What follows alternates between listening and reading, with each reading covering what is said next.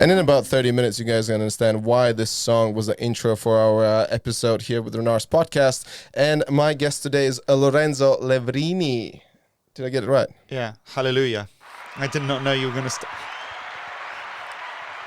Yeah, buddy. Very interactive. Very interactive. How are you today, Lorenzo? I'm great. Listen, thank you so much for coming over. You drove all the way from where? I was in Wandsworth getting a new car radio installed. And then And he was just not sure if you like the car now. He's like, did I like the car? I still haven't checked. When we have a break, I'll go and check. It'd be funny if there's just a hole in a radio missing. Gone.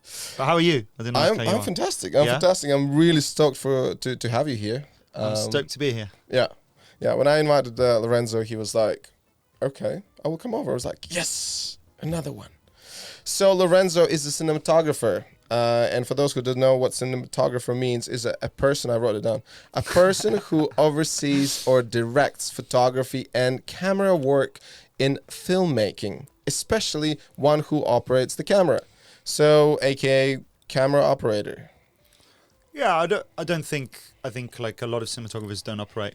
I don't think that's part of the job description, but you like I do operate a lot of times, but it's not part of it. Like some cinematographers never operate and some operate sometimes. It's not really part of the it's not really part of the job description. I don't think it can be something you do. So what is the most precise job description is for you? What do you do? You're just in charge of the cinematography of the piece. So you work for the director and talk to the director about what the cinematography of the piece should achieve, and then you implement that in whatever way that means for the job. So it's pretty broad. Like that can mean on a small job, that can mean just like operating the camera, like that's camera. Yeah, that is camera. And very low resolution. I know my internet is not very quick. There you go. There you go. That's better. Little camera. But yeah, so that sometimes that can be operating the camera, but it doesn't have to be, you know. Yeah. Because it's just a little bit confusing. Like I'm being on sets many times, and I see someone with camera. I think that's a camera operator. That's what I would call it. Yeah, so that is the camera operator. Yeah, so you sometimes so we did this job together, this KSI music video Domain. So on that, for example, I was the A camera operator, but we had another camera operator. So we're both. I'm just the cinematographer or the director of photography, and I'm on that day I was also fulfilling the function of the A camera operator. This was a fun. Are we allowed to tell people what you did that didn't make it into the final? Yeah, we are allowed. Are we allowed to say that? We're allowed to. I think there's no problem. But so that's where we met. Me and Lorenzo, we met on the project together.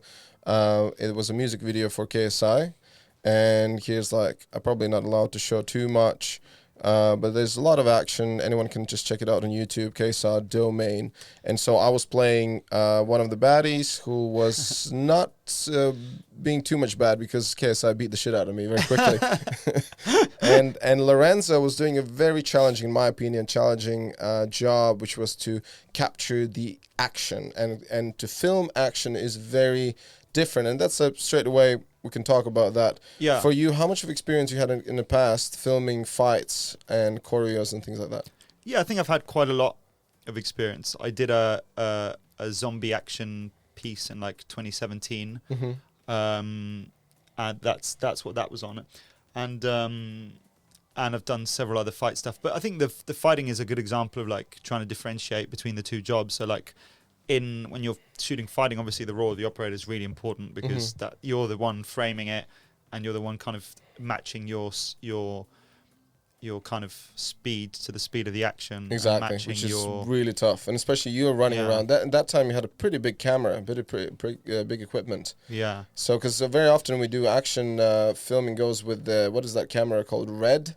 One of those very expensive kits, but it's quite small, and they usually put on like a circle, and then they run around and do that stuff. What is that thing called? The circle thing? Oh, like a fig rig.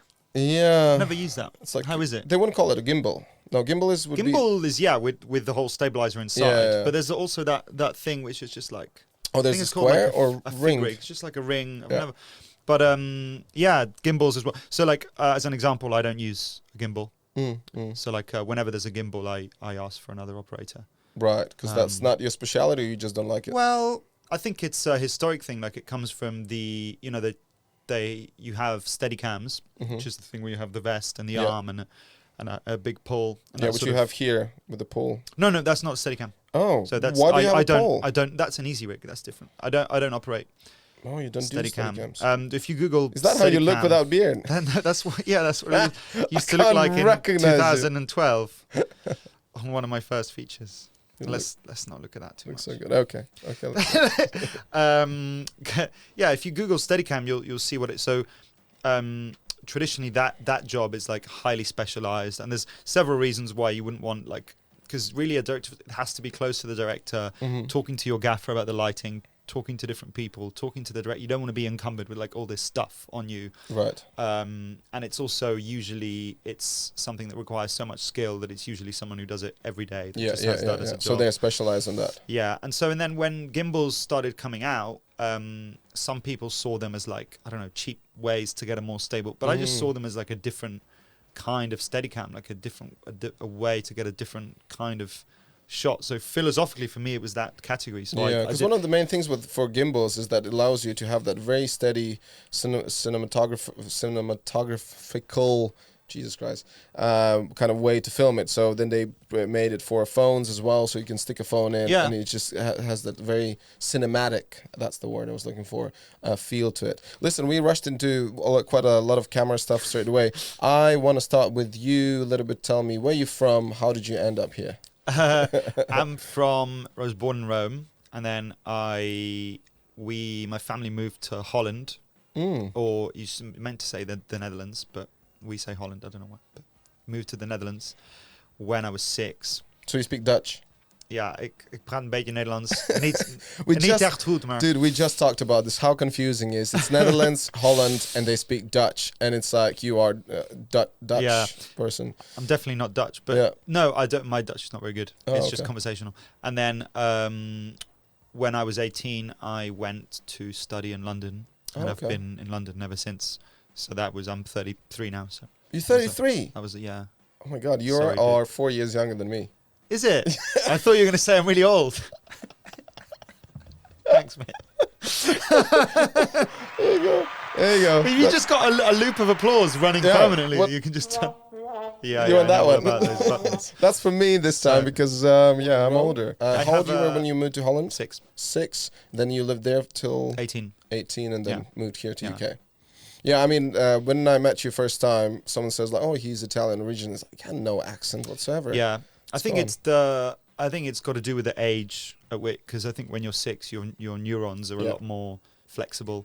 So I think if you start speaking the language, and I went to a British school as well, so I was around a lot of British accents. And I think if you start around that age, it's just because I know loads of people who are like moved to London when they're 18 and then they're 20 years and they don't lose their accent because I think 18 is too late. And one of the things also with Italians, because they're so strong, most of the time they stay with their own communities and they just talk to other Italians very often. So I meet someone who's been here for 10 years and they have the thickest accent ever. I was like, how the hell? Yeah, they don't step out of that community. Yeah, but you do look very Italian though. Thank you. Yeah, Italian men are sexy. You know. Oh, that wasn't a joke. Wait. Italian men are sexy. What have I got myself into? What is the name of this? What is the name of this sound, by the way? Is it something one used usually in the horror films? I'm not an expert on sound. Like I think that just sounds like a synth to me. Oh. Synth, like a synthesizer. I think so. I think it sounds like a synth sound, but I'm not an expert. Oh. I think the what you associate with horror films is probably more the chord progression. Or the harmony that creates a sense of suspense, you know. Oh, okay. I really don't know. Hitchcock, is that the master Hitchcock. Of the suspense? Hitchcock, yeah. Hitchcock. So you Hitchcock. Yeah, exactly. Okay, and then you moved to UK and start studying what straight away? I actually studied electronic engineering, but it wasn't like... I think when I say that, it's easy to imagine like I had a career shift, but Mhm. I never really wanted to do engineering. I just think I studied it because I was interested in a lot of things. I was interested in a bit of the sound engineering. I was interested in like music. I was interested in photography, but I hadn't really articulated the thought like, yeah, I want to study cinematography at film school. I think those ideas were there, but they Mhm, weren't mhm. that well formed. So I think engineering just gave me a bit of an overview and a kind of a nice field to start mastering. Although I don't think I mastered it, but it kind of, you know what I mean, something nice and solid to start. And then throughout from the start, I was Mhm. like photography, sound engineering. I was like I treated that as just the day job. Do you know what I mean? And then I kind of all the other things fell away. I was playing drums as well. Oh shit! You do look like a drummer though. Still, yeah. That's a perfect hairstyle for I drummers. guess that's why I started growing the hair like this when I was. Do you when I do you know how to was- do it? Yeah. Pretty easy. Give me another one. I have this one. Can you play that one? I think maybe if you just shoot a bird. No, we're not allowed to talk about animal cruelty. What was I saying? Yeah, all the things gradually. And by like the third year of uni, I was like, I shot my first like no budget student feature in 2009. So I was still at uni then, and from then it was just cinematography. I started making money as a cinematographer before. No, sorry. I started making money doing like corporate videos and stuff before I left uni. So I did that for a while, corporate and stuff. That was 2012. So that was like. Sorry, I just wanted to show really quick like how many films you've done, but you continue. I wanna see that journey. So Yeah. more. So you started studying engineering. Sorry, the electrical. Yeah, electronic engineering. Yeah, electronic engineering, and then it was the same university. You could continue going into cinematography, or that was No, nothing to do with it. No, I never actually went to university for cinematography. It was a thing. It was a gradual. Like it's difficult to explain, but it was a gradual. Like I had built up over the years. I'm quite a technical, scientifically minded person, and obviously electronic engineering is pretty. Oh, you're trying to say technically that you're a nerd. int- That's. He's gonna ask me to edit this Maybe. out. Renars, I didn't No, appreciate the way you called me there. No, you can call Did me you a know that nerds nowadays have a very positive connotation? Good. As Well, then it's- I'm a yeah, nerd. Yeah, because like I am nerd with. I don't know. I'm not nerd in anything, to be honest, because I like a little bit of everything. Like, Yeah. you know, bikes, I'm not nerd about it. I like to ride them. You know, horses, the same thing. Women, oh shit. I think I'm technically minded, so I think I was building up an understanding of the technical side of photography all through my, and I have to mention as well, I was into like when I was like before puberty, I was like 10, 11, I was into like I had my own camera, I was into like little So it's- filmmaking. So it's yeah. like it's not like this thing just happened. It was I was like I had like books on filmmaking when I was like 10. I was like studying it, so it's something I've studied and kind of supplemented with my kind of technical side. And I Right. think the artistic side is something that came slower and came harder because obviously that it's cinematography is more artistic than it is technical. I mean the technical exists to support the artistic, so there's no point being really good technically if you don't have the artistic vision. So how come you didn't pursue, since you were a kid, didn't pursue film stuff? Was it something to do with, oh, you need a proper job or something like that, or I it think wasn't I've really? thought about it. I think I thought about it, but then after having that phase of being into it, other things took over, like sound engineering. With puberty and adolescence, I had this interest in drumming. I had this interest in sound engineering. So it wasn't like I'm going to be a cinematographer. Right. I had all these interests in these various things. Right, I think right. the reason I love cinematography so much is it just brings together all this understanding. Like you have to be artistic, you have to be technical, you have to be. It's really broad field. Yeah. Like on any given day, you might be using lots of different parts of your brain, and so it just emerged slowly as a coming together of all these different interests, and now it really satisfies all those different parts of myself. But I didn't study for it, so I left. I was already kind of working and doing these little corporate films and stuff with cameras like this, you know, and other types of cameras. He's And basically saying that these are not very good cameras.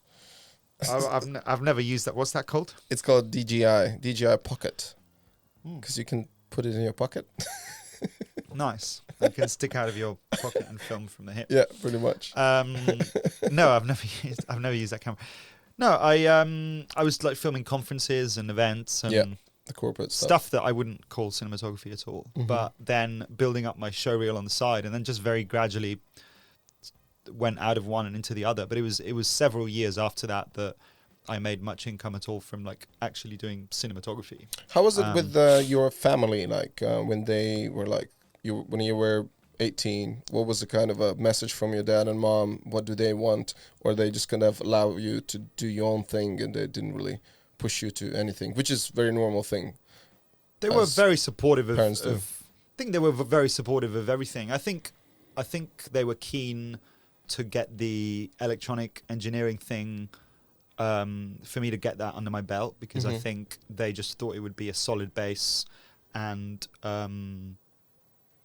not a fallback plan, but I think it's quite a solid intellectual base to be honest. Like I think I would agree with that now. Mhm. Like I've taught at a lot of film schools now. I do quite a lot of teaching, Oh, and nice. I think the Sexy professor in the house.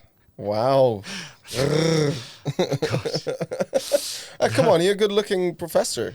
Are you a professor or more like a lecturer? I don't What think is that? I'm a professor. I don't know what professor means. Someone who has a PhD. No, I don't have a PhD. But you look very good with the jacket with the those patches on your elbows. 100%. Do you have one of those? No. No, I don't. I could get one. But yeah, I just think through my varied experiences, various film schools, I would say like I've worked at a lot of nice, great places and stuff, but I just think I don't regret having the intellectual foundation of something like Yeah. engineering. I think it gives you the ability to pursue something in depth, and that ability is kind of you can translate it onto various things. And I think filmmaking is so about breadth that that if you just go straight into studying filmmaking, maybe you've got breadth in a lot of subjects, but maybe you don't get the opportunity to explore a lot of depth in one subject. Which I mean, film school is great for a lot of people. I don't want to dissuade anyone from going to film school, but I think basically I'm okay with the way I went. Yeah. I think And it's- then did you have siblings? yeah, I have a sister 3 years younger. She's currently in Holland pursuing a training in neurosurgery. Oh, okay. So Very different. she's actually successful. Exactly. She's the one She's the clever one. She's the one the parents are actually proud of. Yeah, exactly. Wow. Not like you running Wow. around with a water resistant clothes all covered in mud and trying to get the shot and everything. But because this is how I remember you when we did KSI. I think there was yeah. a day with the rain and stuff. and Always you would- covered in mud. Yeah. There as well, they were always covered in mud. Which one is that? The other one, like, it's always mud, rain. Mud rain. Is it this one? No, just the one we were looking at before. No, Dunno- this one. I You dunno just what look that's like a commercial guy. There you go. Yeah, again, Yeah. that's all waterproof. And especially in The UK. camera's covered in waterproof stuff. Yeah, isn't and it? especially in UK, that's such a normal thing that camera people would be doing all of this. Yeah. And then so with your sister, and then parents. What did your parents do? My dad works in space sector, so in Earth observation. just in space. No, he's never gone to space, but he works in. He essentially looks after the construction of Earth observation satellites. So his background is engineering. Yeah. Oh wow. So looking at the Earth, basically, like the ozone layer, the stats of the Earth, just like satellites that basically just like look Oh. like everything we know about the environment comes from those kind of satellites. That's you pretty know, cool. looking at So the sea. so is it true? Is it the ozone layer is damaged and we all gonna die, or? I think there's it's not only the ozone layer. I mean, there's a couple of different mechanisms at work. I don't think we're all going to die, but I think there is a problem. No, we're all gonna die eventually. I don't think. but Yeah, I don't. We as a race definitely, but I don't think you and I are going to. Still, eventually. And then and what about your mom? my mum's in the philosophy sector.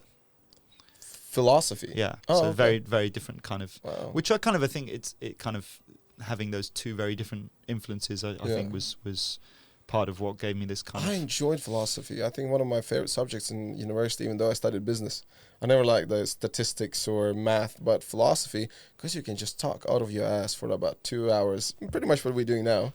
I hope my mum doesn't listen to this. No, because the philosophy is the beginning of every developments, every like something Yeah, where you kind of just start by talking about it. hypothesize and philosophize. Oh Jesus, I can't even say philosophize about. That eventually becomes reality. Just like we talk about electric cars maybe 30 years ago, like there's no way it's going to happen, but Yeah. it happens. It's normal. Science and philosophy used to be, physics and philosophy used to be two branches of the same field, go. you know, before they split off. Yeah. It's really cool. So you come from very intellectual household, pretty much.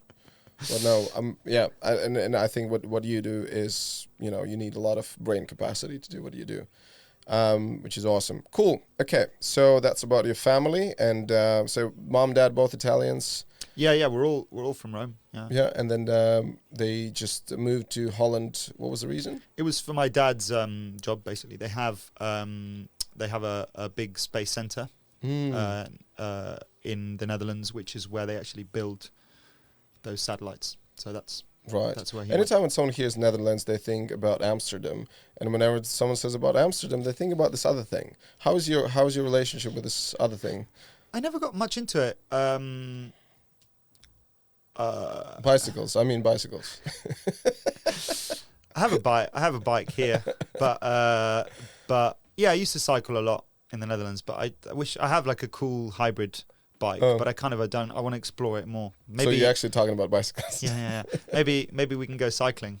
You live very far away from me though. No, I wanna get more into cycling. Right. But what about weed smoking then? No, I mean, I never like. I'm a very kind of up kind of guy. I have a lot of energy, and I don't think I particularly. I guess you'd think that maybe I enjoy things that bring me down, but I guess I like having a drink, but I don't.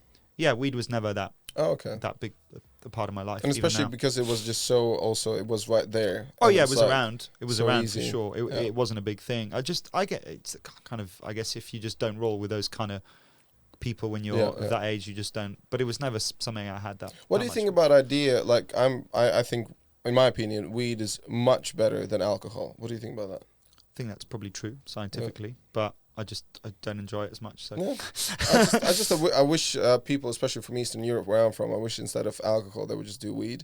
It would be less crime and it would be less, health problems and stuff like that. Oh, yeah. Where are you from? Latvia, originally. Yeah, that's where I'm from. Where did you think I was from? I wasn't sure. Never really thought about it.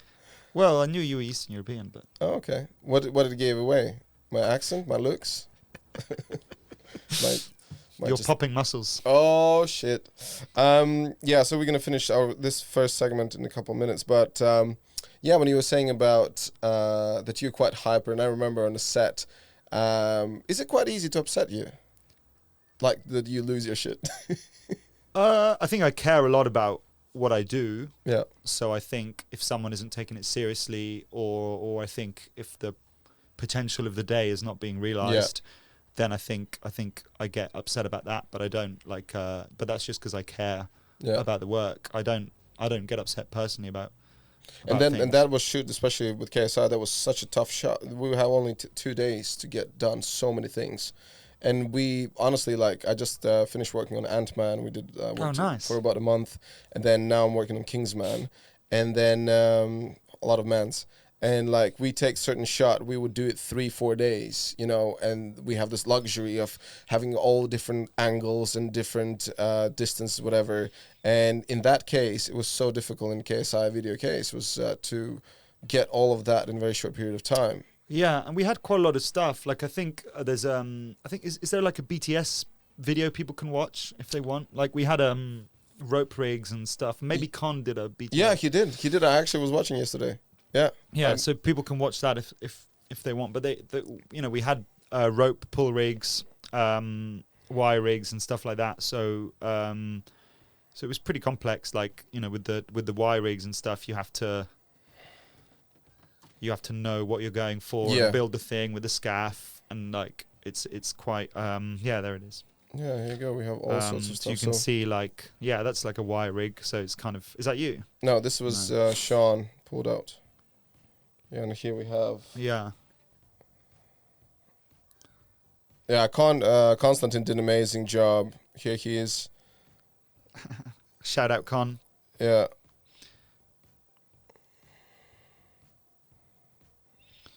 Yeah, so it's like stuff like that has to be quite planned and set. Oh, and that's it's not- me. Here you go. I So can you- recognize my shoes. So yeah, it's not like you can just roll around and just shoot whatever. You have to be quite prepared. So yeah, it was quite tough. But when were you doing Kingsman? Where or when? When? Because I've just wrapped a film in Turin, Italy. And, Oh, right. some of the crew there were saying they were on Kingsman. Kingsman were in Turin for like a sequence or something, which is like 1 or 2 week shoot. Apparently, okay. it was quite a big thing for them to have Kingsman. So they were telling Yeah, me we were about it. shooting just in North London, on location. There's this whole thing. I don't think I can talk about this much. No. I don't think Yeah, you but can. it's quite interesting. It's very. But can you say what you were doing stunts? Yeah, I think Yeah, you can because say like that. on IMDb we can post now or say like we're doing stunts on it. It's fine. Nice. But yeah, it's I won't say a lot of cool stuff. I think the first day when I got in, I got kicked the shit out of me. Like I still have like black spots from the guy kicked me in my shoulder a couple of times. Really? Yeah, I it once took I recently this summer took a marble trophy to the side of the knee, whatever you call it. This bit. Can you see that on camera? It's here. Yeah. And we were doing this scene of like an actor like smashing up a room, and I was following him around handheld on 16mm, and then he just kind of swiped these things off the table and just hit me here. Mhm. And what was I going to say? Yeah, the funny thing about that is one of the principles of operating handheld, which is where you got the camera on your shoulder, is you. This probably resonates with some of your work, but like one of the big principles is you should position your body to be comfortable or to be centered for the most important or the greatest part of the shot, Mhm. rather than what you're. So it's like I was like turned that way, and then I, with myself turned that way, I just turned to this thing, and that's why So if I had just been like turned to the thing, it would have probably got me in the knee and probably smashed my kneecap or something. But Right. thanks to my good technique, I like I how was you use turned. the quotes all the time. I was turned away from it. But Oh. I don't know why I told that story.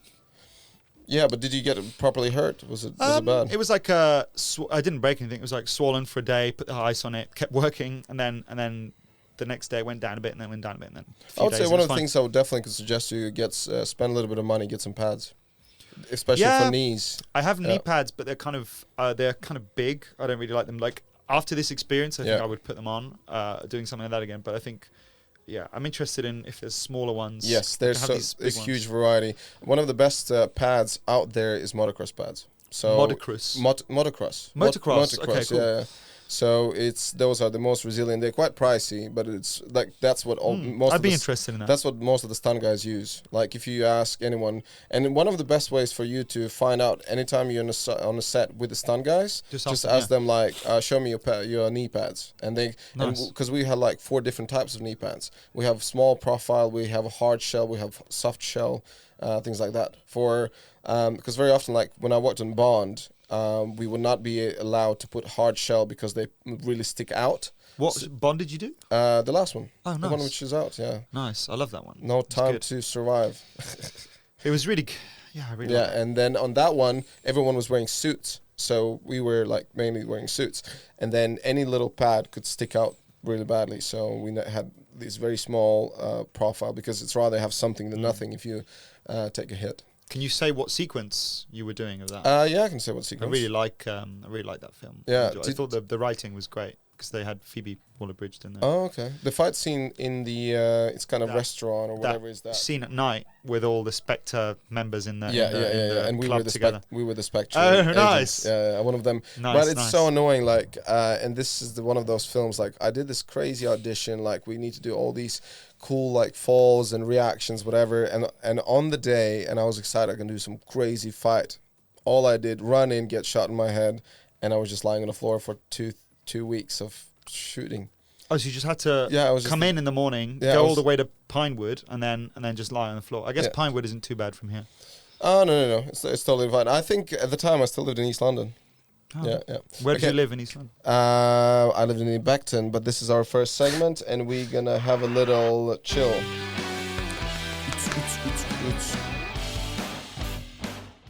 Okay, there we are back. Whoosh. Where's there some applauses and stuff? So we're back here with Lorenzo. Actually, a very good friend of mine is Lorenzo from Spain, though. Really? He's a scientist. Lorenzo? Yeah, he's Lorenzo. Lorenzo. But I very love different to, I pronunciation. want to call him Lorenzo. And he struggles to pronounce word sword. He says shord. A lot of It's a people very have Spanish thing. a lot of issue with the word sword. Sword. Sword, yeah. Yeah. Just the way you spell it.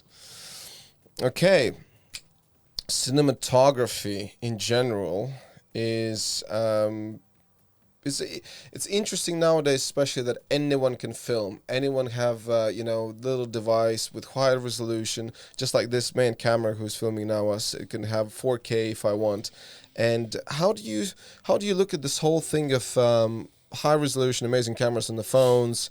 And then how is it comparing it with the cameras what you guys use, which they cost like thousands and thousands of dollars and pounds? I think it's also the lenses, right? So as you see here, this lens, has is like probably that lens alone is probably 23 grand or something. Wow. Arri Master Anamorphic, and so that lens has a specific look and a specific feel, and you can't fit that on a lot of different cameras, and if you do, it becomes a thing of like, why would you have a lens that expensive and then put it on some inferior camera? So it becomes a thing of like diminishing returns, where you can get something that like looks, an image that looks to an average person looks pretty similar, but when you start digging into the differences, and then you get the lens that's slightly better, then you want the camera that's slightly better, then you want the filter that's slightly better, then you want the...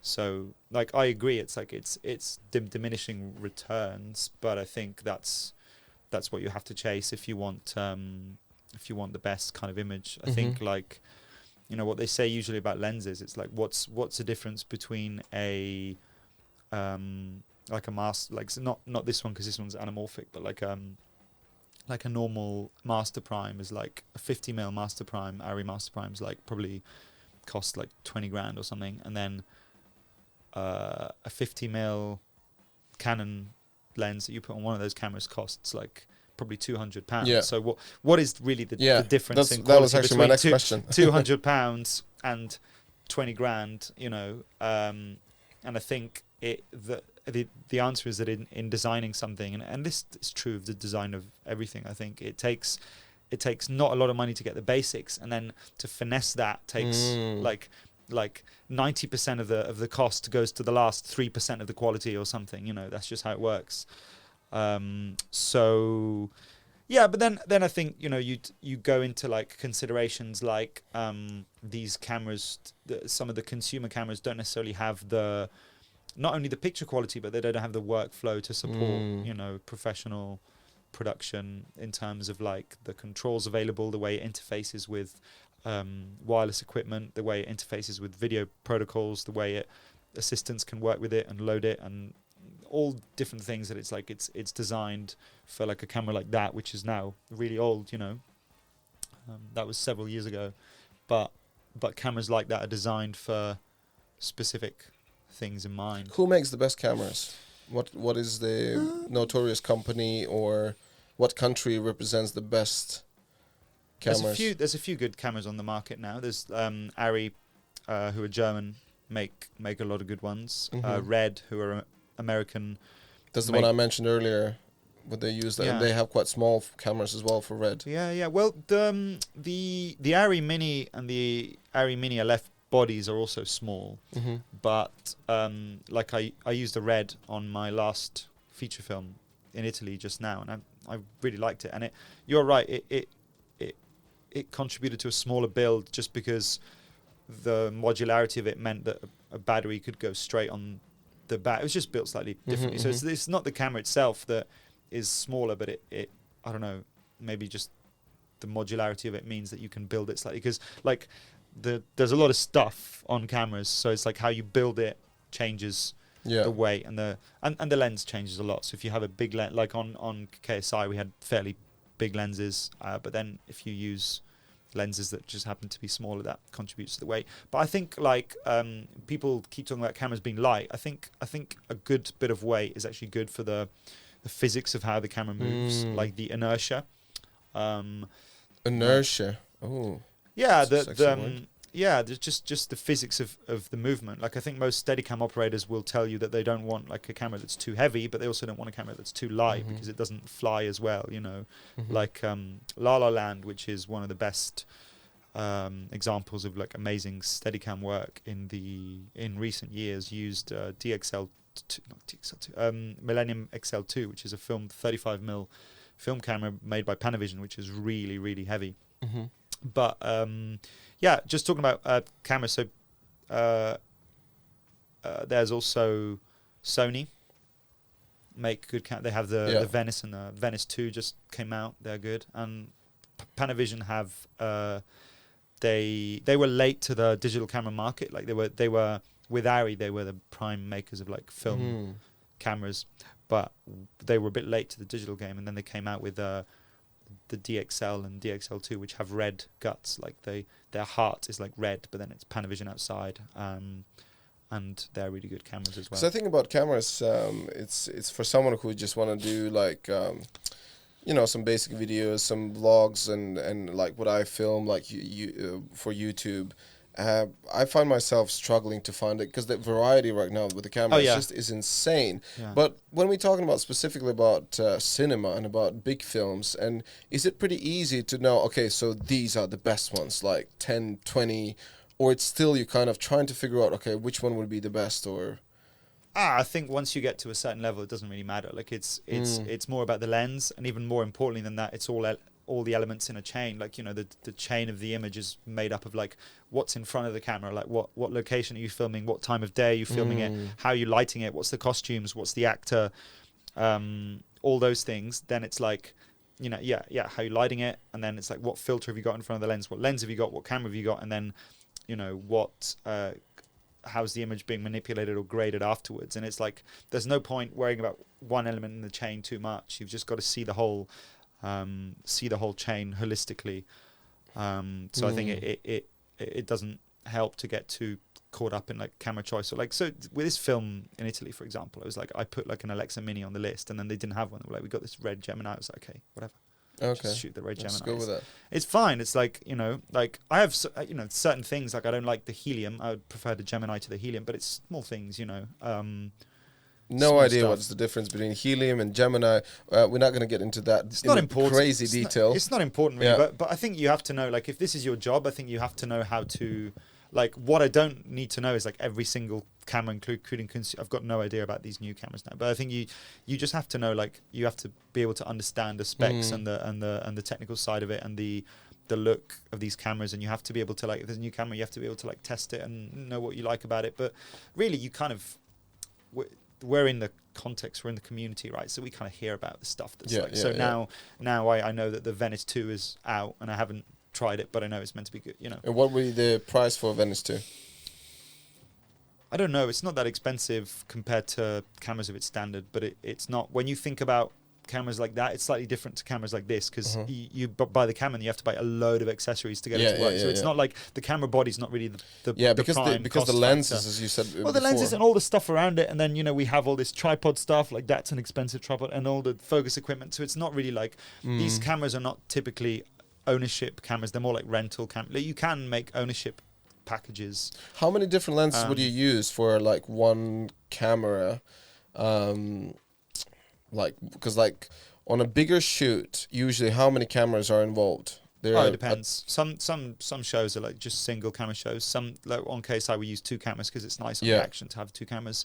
Depends on the directors as well. Like, you know, people like Roger Deakins, who's probably the most famous living director of photography at the moment, famously loves to shoot with 1 camera, just because the amount of care you can give one shot. It's like if there's one shot this way and one shot that way, then you have to light to look good for both, and the light that's lighting you might change me, or like maybe I'm trying to shoot there and I see the other camera. So there's a series of compromises involved with shooting two cameras, but there's also a series of advantages. Like if you're on Skyfall and you're doing the train crashing through the underground for real, then you better have like 10 cameras because that's only going to happen once. And it has to be like got from all the possible angles. And certain directors love. I heard a beep. What does that mean? Something out of battery or something. Not sure. It's like Maybe it was your watch. yeah, it could be my watch. Right. It was my watch. It's 4:00. I just got a new watch. It's amazing. I can swim underwater and everything. Nice. Sorry. I can't even swim underwater, let alone with a watch. Without. See. Yeah. Yeah, but like certain directors, like I don't know, Ridley Scott or something, love using multiple It's just personal preference, really. Did you know that Ridley Scott is shooting a new film called Napoleon next year? Heard about it. I'm gonna be in there. Yeah, are you allowed to say that? Stuntman. Gonna work on a film. Yeah, I'm pretty sure I'm okay to say. Nice. Congrats. I'm probably not sure to say that. Well, again, I probably on IMDb is already out and saying that Nice. Napoleon is the You're next thing. doing some good stuff recently, it seems. I've been keeping quite busy, yeah. but I wouldn't say I did very cool stuff. Like whatever projects I've done, honestly, was a lot of sitting around, sweating in like very hideous costumes. The coolest thing what I've done, Enola Holmes too. Huh? Enola Holmes. Have you heard of it? Yeah. Enola Holmes. Yeah. I got a very nice featured part. I'm Nice. fighting the main character, and nice. it's fun. Very And I'm actually shooting reshoots tomorrow. Nice. Yeah. Going to Shepperton Studios. Cameras, lenses. One of the cool things I never really kind of tried to research and understand how the camera how it works. But as I'm on a set, obviously there's, okay, we're going to reset this camera, we need new lens, so they bring new lens. But the other thing what I noticed, there's a person specifically who is in charge of focus. Yeah. So they would have the little monitor, and they have this literally like the this thing they would turn, and they would adjust that focus. Yeah. So what you see here is actually really old school. Like this follow focus wheel. Actually, you don't really see that much anymore.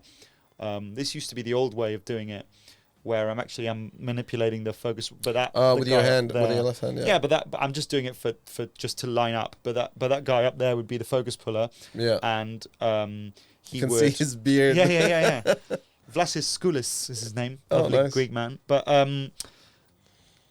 so the focus puller would manipulate that wheel in accordance to where they want to put the focus. And the reason for that is if you think like, first of all, in films and stuff like that, you don't want to sense, like in documentaries, maybe you can sense the focus hunting and finding, but in like normal films, you don't want to feel the focus. You just want the right stuff to be in focus all the time. So you kind of need a person dedicated to that to make it go.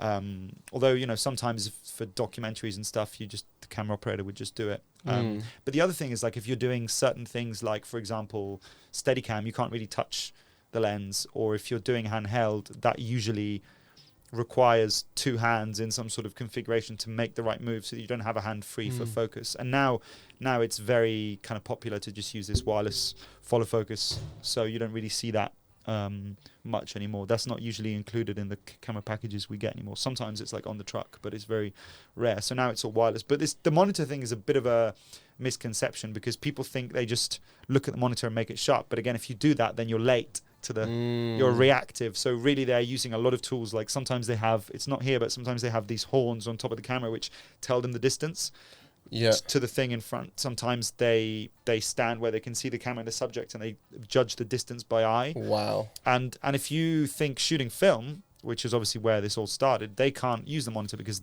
the monitor on film is not good enough to show you the focus. So they just have to rely on their skill and their distance and other tools to nail the focus. And also communication with the camera operator, who with film was the only person who could reliably see whether something was in focus or not. So that, there's really good focus pullers like integrate a lot of different techniques. It's not like they just look at a monitor and turn it till it's sharp. There's much more to it. What would be their background? Would they go to film school, and what is the name of their position? Or are they focus puller, or focus puller typically in the English British system, but First AC and the American system. It's kind of interchangeable. But they're also the head of the camera department, so they're in charge of like building the camera, making sure the kit is maintained.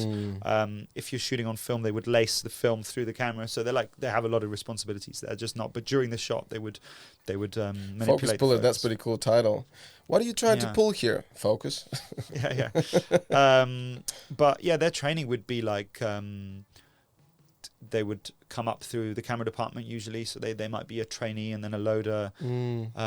What's loader? Well, it's British terms again. So in America you'd call them like camera PA, second AC, first AC.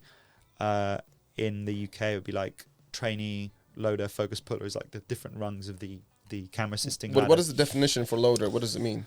Yeah, so it comes from the fact that they would actually load the film inside the magazines back in the film days. Yeah. Now it's just loading, as in they load the cards. Like that's a card tag that's like describing the well, we call them mags because it used to be mags of film. You still call them mags, but the actual cards of the camera, they would look after that. And they just kind of help they'd be the focus puller's assistant, really. But then on big films like some of the ones you've worked on, they would have a central loader. If they're shooting film, they would have a central loader, and the central loader would just stay in the truck loading mags of film. So Chris Nolan always shoots film, right? So that's why I wanted to talk about him. So he would have a central loader who's just on the truck loading cans of film, and then the second AC or the loader. Yeah, I mean, IMAX is a very special kind of. There you go. And that's one of the reasons I want to talk about. So, what do you think? What is the main reason why he chose to? Because this is a proper old school. It's like still goes on the film, like old school film, isn't it? How does it work? Well, tell me. I mean, that's a very specific kind of. Not all film cameras are like that. That's a specific kind of film camera called IMAX. So it just has a very large negative. Okay. Like the format size on which you record is something that's there for like digital film. It's just like the size of the thing that the lens is projecting onto. So that camera over there might have a sensor that's like this, kind of similar to like 35mm film, and a camera like that has a tiny sensor, which is same as a phone camera. So it's like one of the limitations of these kind of cameras. They have very small sensors, and IMAX just has a giant sensor, which means less grain, more definition. It means a range of things. So he just likes that. The aesthetics of that, but you can get film cameras that are not that, like 35mm cameras, which is what everything used to be shot on, or 70mm cameras like Dunkirk was shot on a mixture of 70mm and IMAX, because IMAX is too loud for I worked in Dunkirk dialogue scenes. Did you? Yeah. Nice. Where was that shot? France was mainly, but I did only a couple of days. I didn't do anything. Did you see that, the IMAX camera? No, I didn't. They might have had the 70mm camera. Yeah. If they were doing dialogue, they might have had the 70mm. Well, basically, they did this very far distant shot where they thought originally they're going to put extras on a boat, and then they thought, what if the boat... Oh, can you smell it? That's my neighbors. Oh, your nose is closed. I have neighbors who do that thing. Yeah. No, nose is open. Oh, yeah, you can smell it? Yeah. Yeah. So I'm probably going to go later and hang out with them. This podcast is all dedicated to promoting pod. No, we did the shot. Podcast, you should call it. Hey, I'm pretty sure someone is already taking that away. And we would be asked to get on this boat because and all the stuntmen, is about 30 stuntmen just sitting in a boat doing nothing. That's all we did. And one of the guys on the boat was actually the guy from One Direction. What was his name? Harry Styles? Yeah, Harry Styles was there. And it was crazy when he has these mental followers / fans. They figured out that he's there, and then they would be standing outside and just screaming, "I want your babies," and all that kind of stuff. While he was trying to shoot? While we were just getting him on the boat, because as we would get on the boat, we would be quite far away from any shores or coasts. And so what our stunt coordinator did, he got the tallest stunt guys, who were like 6 feet something, surround him, and then that's how we escort him to the boat, and then we'd get on. Yeah. It was insane. And then I remember we would wear wetsuits and costumes on top, and we were boiling. It was plus 25 degrees. It was so hot. And we were just having some food, and and I saw I saw Harry Styles, and I'm like, and his hair were cut differently as I've seen him before, and I said to one of the guys, "Am I hallucinating, or is this Harry?" Another guy looks at me, "No, this is not Harry. This is not a guy from One Direction." And another guy comes in. I was like, "Is this guy from One Direction?" He's like, "Yeah, it is." I was like, "Oh shit." So yeah, I thought I was already seeing things. But did you see the film? Did you like the film? Yeah.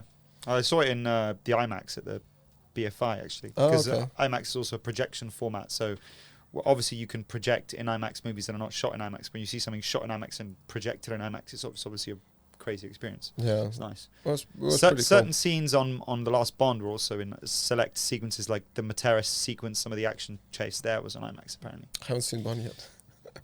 You worked on it, you don't need I to. haven't seen it. Um, No, because I was upset that I wasn't used for cool stuff. I was just used for boring crap. Fall there and lie there. Cool. Yeah, I was in just Bond. on the floor for 2 weeks. Oh, Lorenzo, do you have a podcast by any chance? I Why was are you wondering. laughing, Renaud? Is this the one? I said your name wrong as well, Renaud. Do you want to zoom into it What a bit is more? this? Oh, that's. Why are you laughing at that? That's on my work. Oh, okay. No. No, I also have a podcast dedicated to cinematography and filmmaking. Yep. If you're interested, I do it with co-host Thomas Terminet, who's also a cinematographer. It's called Cinematographers on the Loose. You can find us Apple, Spotify, whatever. So if people are interested, yeah. We Awesome. also What kind of use this podcaster equipment you've Equipment. This one, when this sound comes from. got there. Yeah, except all we that don't kind of own one, so we go to the studio and sometimes. You can come borrow my. You can come to my studio. Oh, Do you thanks, guys want to man. use my studio? That'd be great. Except you're there's not gonna not enough because two of us. You need three. But that's in the studio, and then there's always random noises. So we love walking in the morning and just seeing what noises people have loaded up. Like the So other what day kind was of just a what kind of cooking guests do you sound. guys usually have? We started with like just cinematographers, and then we have a lot of filmmaking type people like crew members, directors, and stuff. And there's a lot of kind of different. You can see if you scroll down, you can see some of the guests. Cinematographers on the loose. Yeah, man. Like, So- that sounds wild. If you scroll down to the posts, you can see some of the there's Oh, different. that's cool. So like we're branching Oh my out God. into like Is that you? that's just one of us talking. That's not you. Is that that's you? me. That's me. You look so differently. You look. I look better there, don't I? Oh, you look very nice. You like smiley and everything. This one is like Jesus Christ. You look very sad. Yeah, but I'm not used to being on this side of the camera or this side of the microphone. Hey, I actually watched this music video. Yeah, I was Really very happy cool. with that one. Really We nice. I shot really that one enjoyed back it. this summer and on film as well. So that was film. That was a 16mm film, Yeah. and I really enjoyed that one. Yeah. I actually, to be honest, I was in tears just from the, like, with the, because what music does, especially to me, like when I watched The Greatest Showman, I was bawling my eyes out because like the message, the movement, the expression, and here there's in this music video there's a story with about the father, and the father is kind of, as far as I understand, he's going through like PTSDs or like just going through like thinking still that he lives in the past. And Yeah, I think it was early onset dementia, but I think it's fine for the to be. I don't think we say that explicitly, so I think it's fine for it to be blurred. But I think early onset dementia is what we had in mind. Yeah. Maybe some PTSD from his time in the war. No, I think it's mostly the dementia. But yeah, so people can go head on there. I think the link's still in my bio and check it out. Yeah, and how many days did it take you guys to 2 days? In 2 days. Yeah, it was pretty intense. Jesus Christ. And but that one camera or two cameras? One camera. And it's a rudimental news. Yeah. Featuring Really a Scream. But yeah, one camera, but then At the beginning I thought it's Matt Damon. It looked quite Matt Damon-y. McDamon-y. Is that a thing? but because it's when you put a film camera like that underwater, you have to get a lot of splash bag and a lot of equipment. So to get the water shots, we just put a small camera called an A7S Mark II inside, or Mark III in a little mini splash bag, and then graded it to match the And you were wearing scuba diving outfit. film. I was wearing a wetsuit. Yeah, I think that this is the most powerful scene to me. yeah. I like how they mixed in the.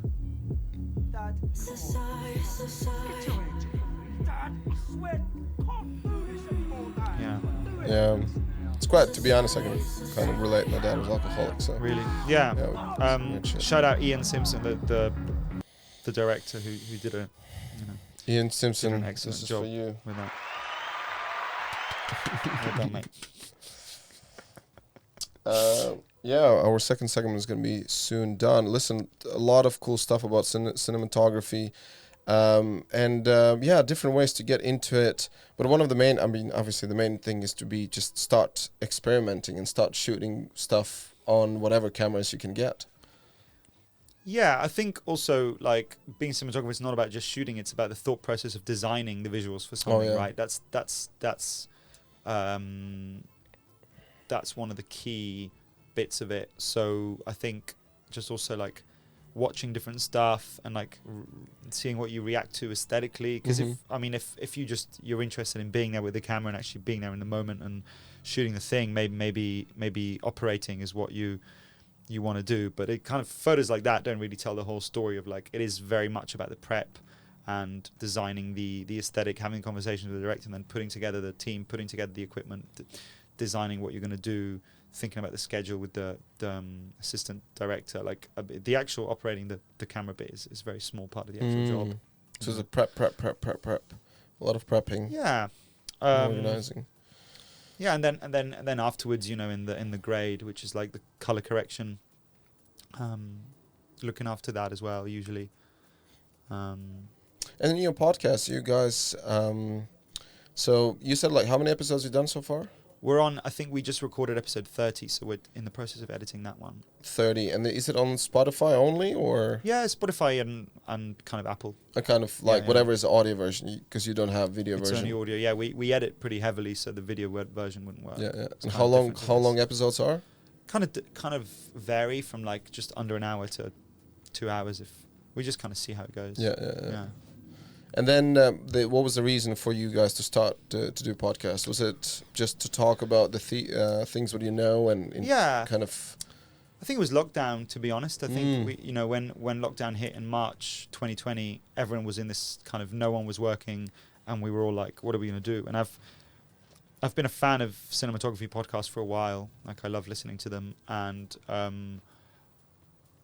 I also love teaching and kind of disseminating knowledge and talking about cinematography and stuff. So I just thought it'd be quite natural to spend this time doing a podcast. So we sort of got together and just started interviewing some guests. Yeah, because it's like also like you share with knowledge, but at the same time, I'm pretty sure you learn a lot of things as well. Yeah, it's mostly about the guest. Like, it's not. I'm still pretty early on my cinematography career, so it's not really about what I know or what I have to say. It's more about us curating the knowledge of other guests and talking to them and exploring their work and getting their perspective on things. That's what it's all about, really. How many years has it been now for you solidly just doing this? Well, I think, you know, from the very first thing I shot in 2009, I think I decided then that I was gonna. So I think it's been, you know, solid 12 years of pursuing. That was the year when I moved to Canada. I left Latvia. That was the year. What was Canada like? Oh, Canada was amazing, man. I really enjoyed it. Just got kicked out. What are you trying to go to the? Maybe if you click on my name, you can see. Yeah. That's what I was thinking. That's what I'm struggling to figure out, just to show the amount of films. Look at this. We have so many. There should be amount 30. No, that's 13. You should say at the top. Yeah, it's at the top. There you go. 58 credits. 58. Yeah, I mean that doesn't really cover. Yeah, because that doesn't really cover like music videos and stuff. You can also go to my website. It has a more comprehensive CV on there. You're just so cool. You have everything. Even you have a website. That's awesome. Yeah, while I'm doing this, you have to talk because otherwise it's empty. Yeah, yeah. So if you go, if you go on the credits, I think there's like a selected credits section, which like credits. Where we are selected. There you go. Yeah, so that kind of, if you scroll down to like music videos, you can see like different music videos, for example. And that's since 2009.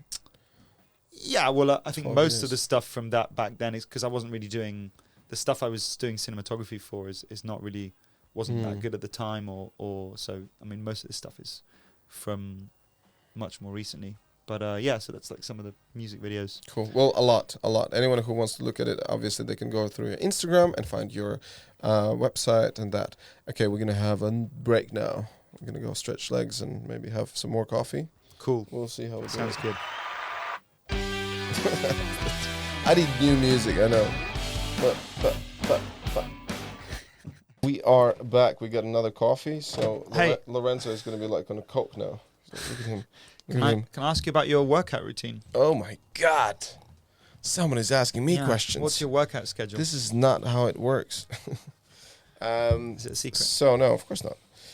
My workout schedule is quite all over the place at the moment because I'm working quite a lot.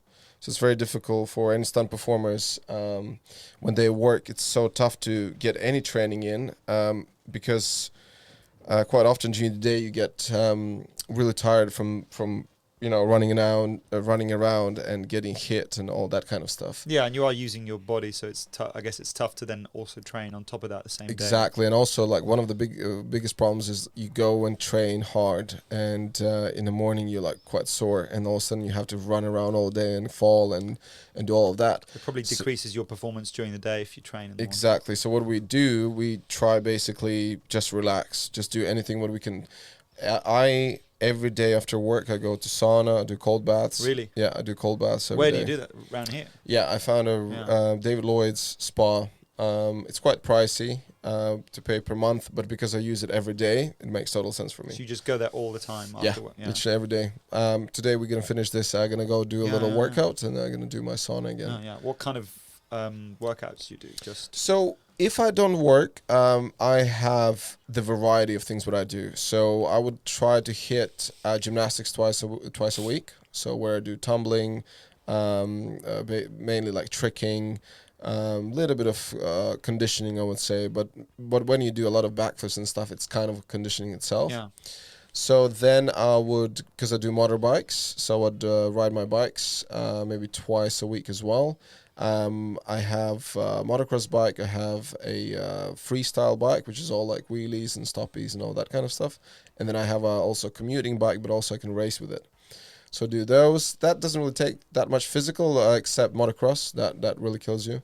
Then what else I do? I swim pretty much every day. Nice. And because it's very convenient where I go for sauna, we have a swimming pool, so I swim for a little bit, and then I go sauna, and then go do cold bath. And if I just go to a conventional gym, I usually do circuit workouts. I go through some like little combos of martial arty stuff, and some just like only with my body stuff. So I don't do weights. I've never done weights in my life. Really? Yeah, I just think it's boring. It's I don't know. I don't understand people who can do it. Is it also a bit like a bit targeted, like the isolation work? Like I don't know much about, but I know like from doing stuff with cameras, it is like most actions, movements that are useful involve a complex interaction of muscle groups. So like training one thing in isolation and targeting that thing is less useful, and like something like bouldering is much more useful for like talking of which, I did yesterday. Yeah, I do bouldering as well. So we have a very nice gym around the corner. There's quite a lot of things what I do. I even forgot which ones I do, and it's like because I've done this probably I've been training like every day, sometimes twice a day for the last probably 8 years. Wow. So when before that I still would be active and training, but 8 years ago I decided to get in stunts, and then I realized I have to do a lot of stuff. Yeah, it's quite inspirational. Yeah, but yeah, it's my lifestyle. I don't really see that as a very kind of out of norm. One of the things what I started doing this year was Brazilian Jiu-Jitsu, BJJ, which is quite tough. I would say it's one of those when you need to leave your ego at the door before you get in the gym, because even though, because I used to do judo, I have brown belt in judo, and it's quite similar, especially like stand-up game, and then grappling, I can still use some of my judo skills. But if you don't know the technique, you can get hurt, and you push with the strength. And so, yeah, that's what I've been doing, and getting quite gnarly injuries, like my knees a little bit messed up at the moment.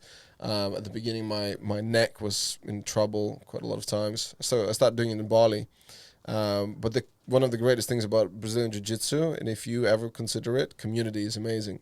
It's just the people, the way, like some of the also like very well-known actors, intelligent people, they do Brazilian Jiu-Jitsu because one of actually the main founder, one of the Gracies, the main guy, he basically was very, not I won't say unhealthy, but he was kind of sickly child, and he would dedicate himself to figure out how, with using the least strength but using technique, you can mess up much stronger opponent. So that's what it's all about, the Brazilian Jiu-Jitsu.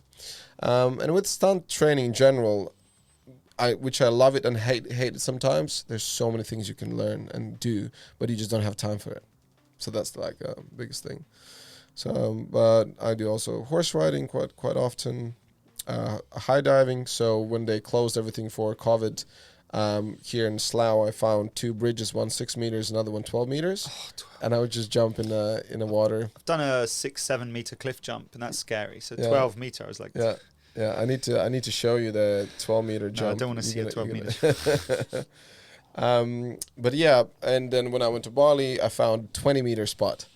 There was a 20-meter spot in the ocean. Oh my god! Have you got a video of a 20-meter jump? Yeah, All I got a can video. I see it? It's gonna take a while me to find it. We'll find it on the next break. Yeah, we're gonna find it. Yeah, and I'll show you. But that was quite stupid, to be honest. And again, question with the ego, because I went out and I was hanging out with the ex-GB Great Britain team of high diving, and this guy is like insane. And as we get to this coast, to this place to jump, he basically did like double front flip entrance, like perfect entrance. And I was like, oh, I will do gainer. And the gainer is this thing that's like a backflip, but you jump off cliff, you go forward. So you throw your hips forward and then you turn around and enter with your feet first. And it's one of the most comfortable moves there is from heights. Even like just a pencil drop, straight feet, is harder to do from very high than this backflip thing. And because my experience was always about 12, 13, 15 meters, so I over-rotated and I landed pretty much on my back. Did it hurt? Yeah, from 50 meters. My shorts fell apart and Really? yeah, and my back was, it was okay. It wasn't too bad. You destroyed your My shorts, trunks, really? yeah, my trunks, yeah, just went like split. Really? open. from Yeah, 20 meters. 20 meter. I didn't know that 20 meter jump could do that. Yeah, no, I mean, like, it depends how you position yourself, but I think even like 7-meter thing can do it. Did it really hurt then? It was alright. I wasn't totally flat on my back. I was kind of with a little angle, so it wasn't too bad. But I got out and I was like, why the fuck did I do it? Yeah. You know, it's one of those. I want to see a video. Yeah, but this thing was also annoying that there were debris floating in the water. So every time we would jump, we were like, oh, make sure that there's no shit floating around. And this one time I jumped in, and as I was in the water, I saw that there's a coconut, this massive coconut floating, but just under the water. So you wouldn't be able to see it from the top. So if someone would fall from 20 meters on that coconut water, they would die. Yeah, they would definitely get hurt. Yeah. And that's what I said to guys. It's not worth it. Let's just get the fuck out of here. Yeah, and we stopped jumping from It's there. not the kind of coconut water you want. That's not that kind of coconut water, exactly. And but there are a lot of cool places in Bali, like Aling Aling. There's these 3 heights, like 3 different waterfalls, and the one is 5 meters, 10 meters, and 15 meters, and that's perfect. So you warm up on 5 meters, go on 10, and then do 15. Cool. I'll stick to the 5. Yeah. No, listen. I started high diving. I was quite, I wouldn't say scared, but I was like, I don't know what I'm doing here. I'm not going to do it. So, and the beauty is with the stunts, and I think this is the approach. What I would suggest to anyone: always do your baby steps, and that's what people don't want to do. Build up to it. Exactly. Don't just start with a big thing. 100%.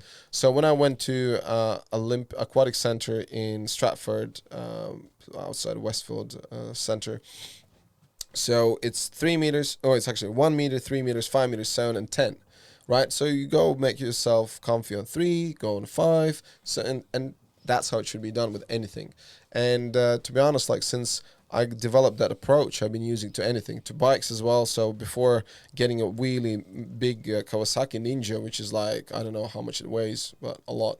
So if that thing falls on you, you're kind of fucked. But I started with little Honda Grom, which is like a little moped. Yeah. And but it has all the gears exactly like a big bike. So you build your muscle memory on the smaller one, and then you move a bigger one. And that's what I did. And some of the guys who've ridden bikes for like 10 years, they don't have confidence to get wheelie up for the big bike because they haven't done the baby step thing. So do you do wheelies on like all the bikes? Yeah. So as soon as you understand how it works, then yeah. Obviously, I wouldn't be as good on the other random bikes as I am on my bike, where I'm used to it. There's a certain equipment put to it, and it has like a safety cage as well in case it falls and whatever. So all of those things build your confidence, and you know what you're doing. But if you would buy a new bike and tell me, can you wheelie this just like somewhere in the middle of the road, or I would be like, probably not. So. But it's all fun. It's all fun, and I also like skydiving. Like I've done 100 jumps now. So I really want to skydive. I've never. You should just go and do it. Yeah. Where did you skydive? Madrid. Nice. Madrid is, in my opinion, one of the best. It's a small place called Ocaña, and they have skydiving spots there. Nice. So and the training wise, for me, it's just again because I've done it for quite a long time. It's all about like variety, difference. Like I do skateboarding, I do rollerblading, I do ice skating. I used to play ice hockey, and then I kind of moved to like figure skating as well, which is super gay, but I love it. Sounds like you can't say that in 2020, it's almost 2022. But with the connotations like super gay is like a lame. That's the I need to explain myself because there's the thing you need to. It sounds like you do everything though. Like what don't you do? I like that idea of doing. I'd rather be. And since I was a kid, I'd rather be a jack of all trades than instead of being like something very specific. So it's something about a movement which I just very approached. And like even on my Instagram account is jack of all trades, master of bullshit. And that at least one of those things is true. Hey, exactly. What about your sports stuff? What do you do? Yeah, I mean you're lifting heavy cameras pretty much every day. Yeah, I think that's a strong base, but I've been unable to have something which is I've been unable to have like a training regimen which is even, because as soon as you build something, it's like either you move or you're just too busy with work. So it's like if you try and like there was a time where I was going bouldering a lot, but then I don't know something changes in your lifestyle and then that falls off. I'm running quite a lot now. I did like I started running in like October 2020, like a year ago, and I did a half in April, and I'm going to try and do some other halves. So like running is the only thing which is kind of constant. But I really want to do some more bouldering or something. But working with cameras, like, I don't know, it kind of, if you do it a little bit, I think it builds up your strength quite nicely. But I did wish I had a more consistent workout regime to support that as well. Like sometimes you're doing weird stuff, like holding it out at weird angles, or it's good to have definitely need a strong core, and you need kind of quite a lot of upper body. I think the pattern with me is like my upper body's quite good, and then my lower body's not, which is why it's good to do running and other stuff. Yeah, I'm myself not a very big fan of running. The only running I do is sprints. I used to play football when I was in high school, and I was quite good to the suicide sprints when you go back and forth, only like 20 meters, not even that, like 15 meters. But like just running, and I was, from my experience, and I also hear a lot of people hurt themselves when they just do long distances. It's a lot of pressure on your knees and on your lower back. Yeah, I've never had any problems. It's weird. But in the same time, I say like, listen, whatever works for you, whatever, The only thing what I would suggest for you, let's say like also, because quite often you stay in hotels and there's not like proper gyms around. I think you need to come up with a good thing what you can just do anywhere. Like body weight routine. Just like on the floor. So one thing what I do pretty much always is I got this routine when I used to do kickboxing, and it's basically 2 circles of 9 different exercises, and you do each exercise like clap, push up, abs, squats, like just something very simple. And you basically, what it does in the end for me, it warms up my body very well for if I want to do something else. That's one thing, and it hits all the parts which I need. You should send me that. Yeah. I'd love that. I don't really have a good excuse for not having a good body weight routine. I should probably, because the thing is like I can send my stuff, but at the same time, honestly, like you can choose 7, 8, 9, 10. How many things what you think is good for you, and then just put them together, and then all you need, like, put an audio book or music, what Nice. motivates you. I put like some film in the background. I watch the film and I do exercise. Easy. Nice. Okay, Yeah. I'm going to try and do that. Yeah, and then the most important, what I can suggest from my athletical experience, but I think that approach can be used for anything, is the consistency. It doesn't mean that I think one of the biggest mistakes that people make, in my opinion, is that they go twice a week, they train, they train to the point where they fall apart. Next morning they can't get out of bed, and that is the biggest mistake. You should train every day, but reduce that, whatever you do, 3 times less, and then in the morning you should feel, if you feel a little bit of soreness, very good. But in general, you just feel, again, good. Yeah. Okay. And stretching as well, very important. So Yeah. stretch and do those things. Yeah, you see, you learned something. Did you learn something? I think so. Yeah. Motivational. Yeah. But it's very simple reward. You're gonna live longer. You're gonna enjoy your body more. And you Living can longer sounds good. yeah, and then I'm up for that. and you're capable to do more things and be more adventurous, I guess. I ask you books and films and people. That's what I do. Because I want to educate other people about stuff. And let's start with books. So you gave me 2 books. Here's my fancy notes. And the first one was Ready When You Are, Mr. Coppola, Mr. Spielberg, and Mr. Kroll. Crow, right? Yeah, as in Cameron Crowe. Yeah. Yeah, and then I think I heard of this book before, but first of all, I couldn't get an audio version. And so by Jerry Ziesmer. Jerry Ziesmer. Yeah. Yeah. I really like this book. Not a lot of people know about it, but it's basically Jerry Ziesmer's like one of the greatest assistant directors that ever lived, I think. And he's American, from Milwaukee, Mm-hmm. and he did, the most famous thing he did is Apocalypse Now. And one of the reasons I like the book is it contains within it 2 or 3 chapters that have the most comprehensive, the most down to earth, and the most thorough explanation account of the making of Apocalypse Now by Francis Ford Coppola, which is obviously, really epic film, and there's like this documentary Hearts of Darkness about it, but it's kind of obscure, and in the book it's kind of very matter of fact, like kind of on the ground stories from it, which I really enjoy. And just if you enjoy filmmaking, I think it's quite of a cool book. Like the Apocalypse Now chapters are somewhere in the middle, but he goes through his career as an assistant director, and I just really like it. From if you're into filmmaking, I think it's definitely worth it. If you're into Apocalypse Now, it's definitely must read. And if you're into assistant directing or filmmaking, or it's just I just wanted to throw it in there because it's That's one great. I really like. I've read it a few times, and it's not one people really know. So that's why I wanted to throw that one in there.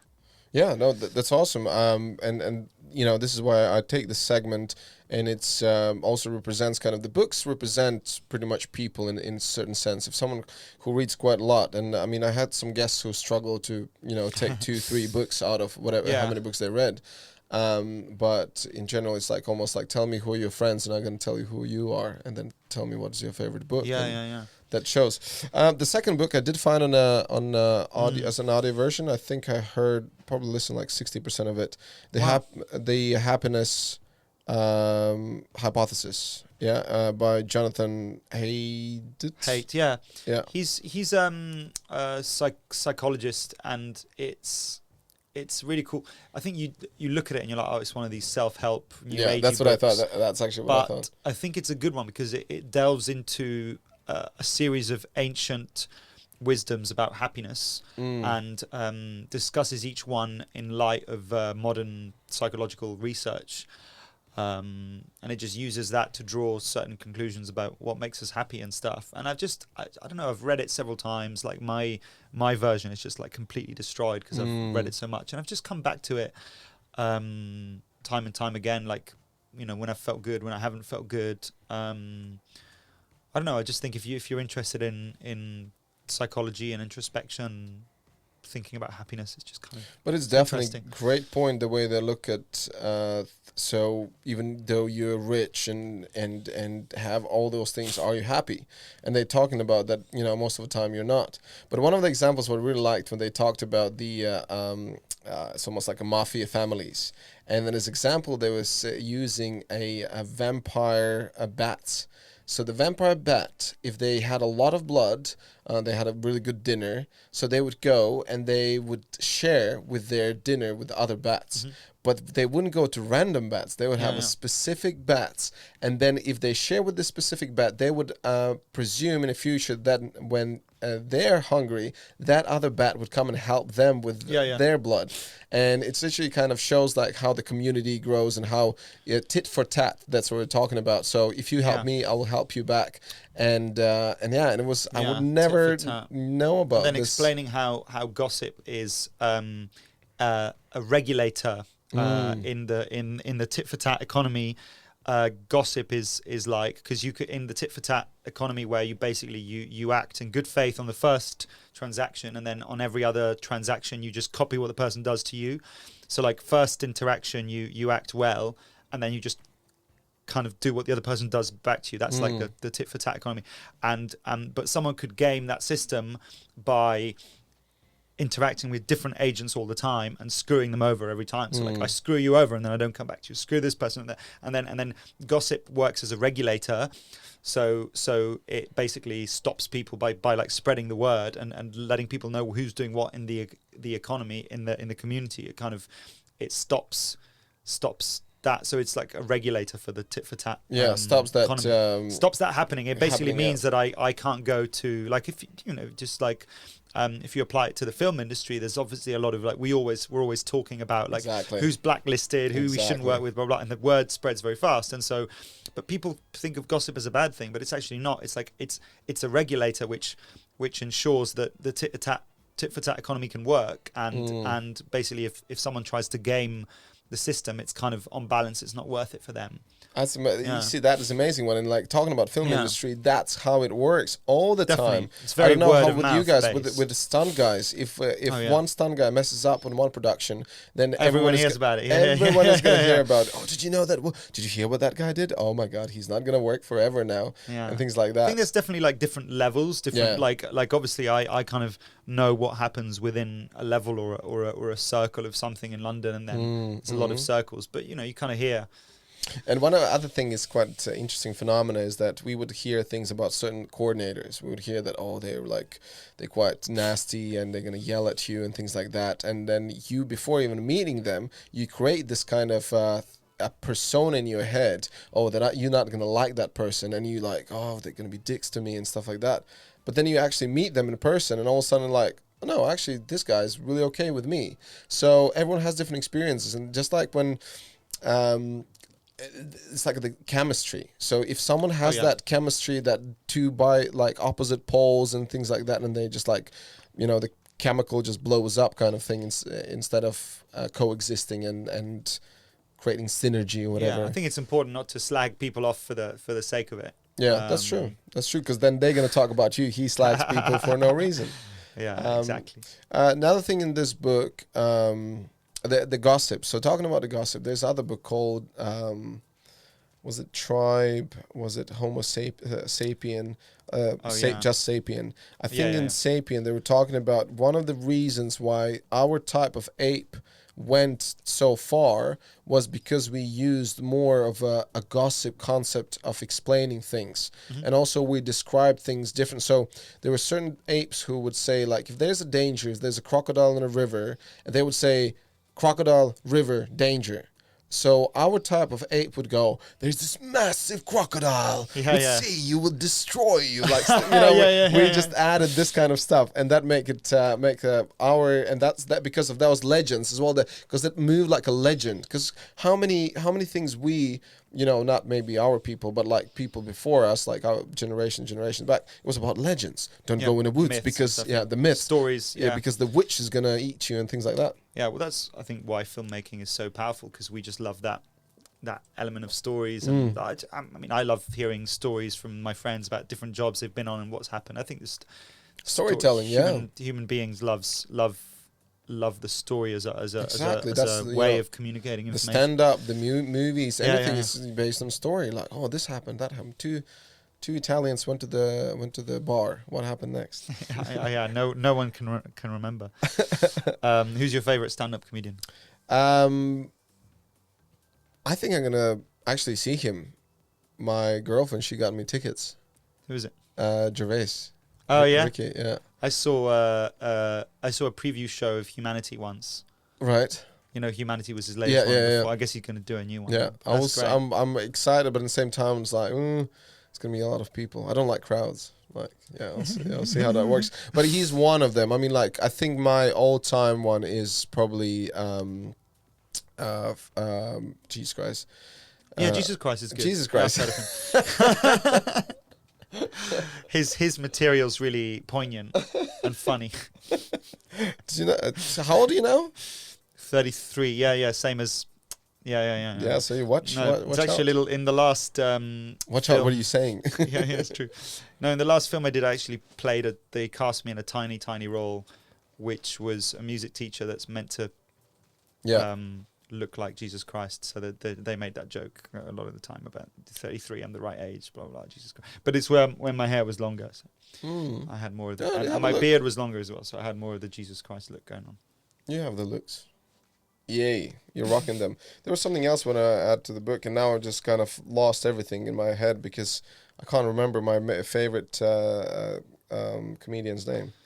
Who was Delirious? Who did the Delirious? Delirious, I don't know. Yeah, it was. He was in a red leather doing his stand up. I don't know. He also did the one where he would go to America as a prince. I have such a massive brain fart right now. I know, I'm not going to look it up. This is Not Fresh Prince of Bel-Air. No, not Will Smith.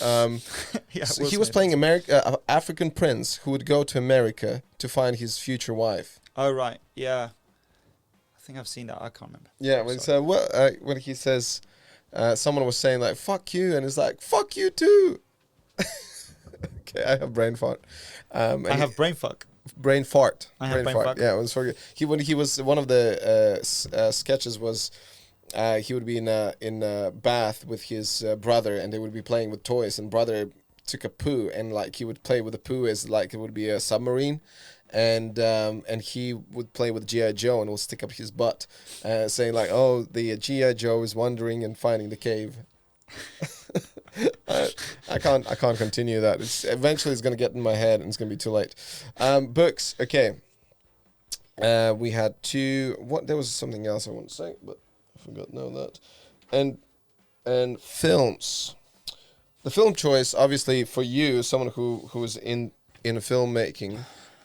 So Three Colors Blue. I thought it's going to be something very out there, and it's French. And do they have English kind of version of it? Well, it's by Krzysztof Kieślowski, the director, who's Polish, and the film is in the French language. Right. But he's a Polish director, so it's Polish-French, let's say. It's part of the Three Colors trilogy, from the 90s, about it's three different films, but representing the three colors of the French flag, and liberté, égalité, fraternité, which are the three concepts behind it.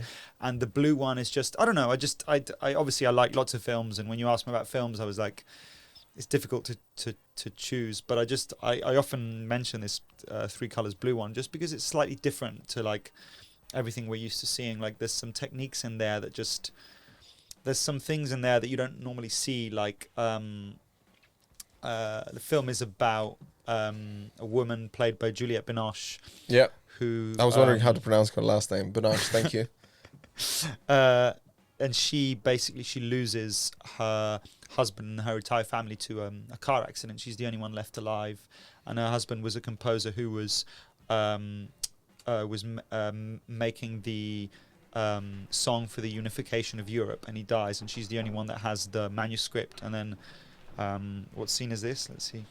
Not really sure. I was thinking that it's gonna be the trailer. But no. No, wait. Let's see if it's.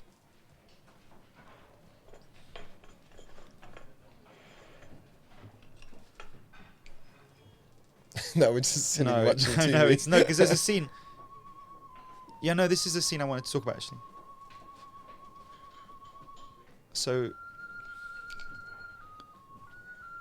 No, it's not. The scene after. No, it's basically it's established that she goes to this cafe, and this like really nice passing time shot. Anyway, she goes to this cafe and she sees this busker dude, but then she goes back there and she hears him playing that music, which only she knows. And she goes out into the street and she's like, "Where did you hear?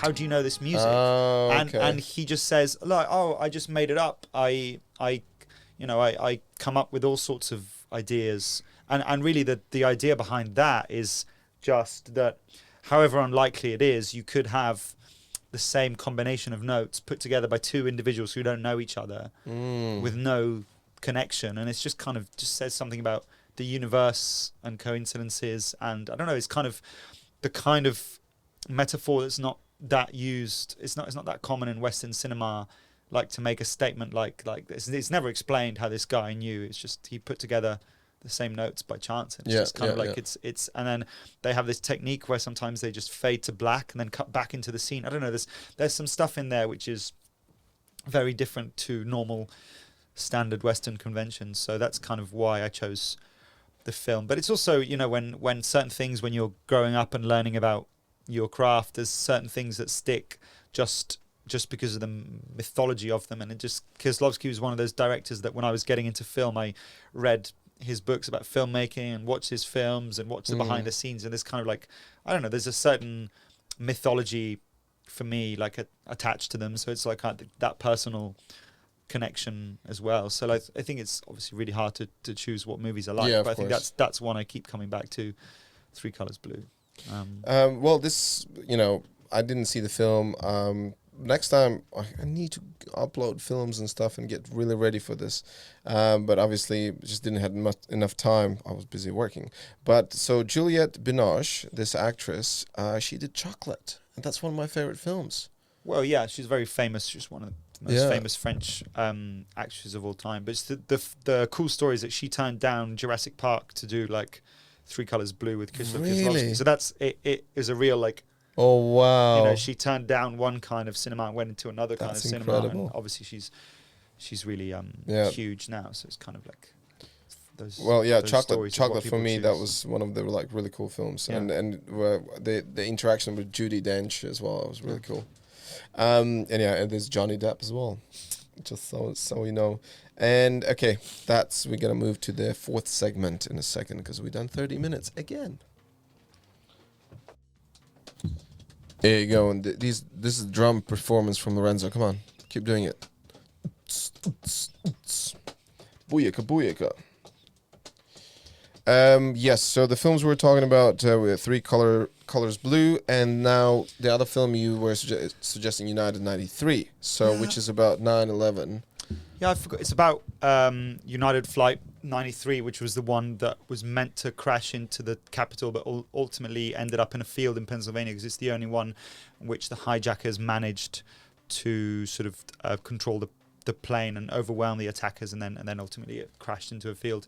But I don't know. Yeah, I chose it because I don't know. It's just kind of a very, very different to Three Colors Blue, and it's a film I keep returning to. I just love the way Barry Ackroyd, the cinematographer, and Paul Greengrass, the director, they kind of build the tension and they use the handheld camera with these kind of crash zooms in a very Barry Ackroyd style. I don't know, it's just kind of very different and very, I don't know, I love the way it builds the tension and tells a story. I don't know why I chose it, to be honest. I think it just came to mind. I just love that kind of stuff, Barry Ackroyd's work, and I think this is a good example of it. You know? In your own experience, have you caught yourself, or do you do that consciously, that you're trying to do something similar in the things what you've seen in other films? Well, I think there's nothing's original, right? So everything that we do comes from somewhere, and you might as well try to figure out what it comes from, because if you're not, you're just pulling from your subconscious, and you're pulling from the things you've seen anyway. So it's like, it's different. It's difficult not to use, zoom lenses and not to think about just because someone else already done that before. Yeah. Well, you just think about, it doesn't mean you're copying that person, but it's just, you're not, I'm not massively knowledgeable about films or film history, and I wish I was more, to be honest, but it's definitely like, you may as well try to figure out what your references are, and then, because if not, if you might just be thinking you're doing something new, and then you're kind of reinventing the wheel. You know, Roger Deakins talks about this as well on his like podcasts and stuff, and the interviews that he does. And it's just like sometimes people just don't know film history, and then they're just reinventing the wheel, and they don't realize something's been done in a really elegant way before. But I'm not that knowledgeable about films or film history. Like some directors I work with, they just keep telling me films, and I'm like, oh, I haven't seen that. I'm definitely not a film buff in the proper sense of the word, you know. Well, that's similar with me. Like a lot of stunt guys would tell to me, "Have you seen this Jackie Chan film? That Bruce Lee film?" And they would say like, "Oh, this is the reason why I got into stunts, because I like the action and everything." And I'm like, "No, I haven't seen it." And I don't know. And everyone can be influenced and have different reasons why they get into certain things. You know, it's like they have different visions, and so.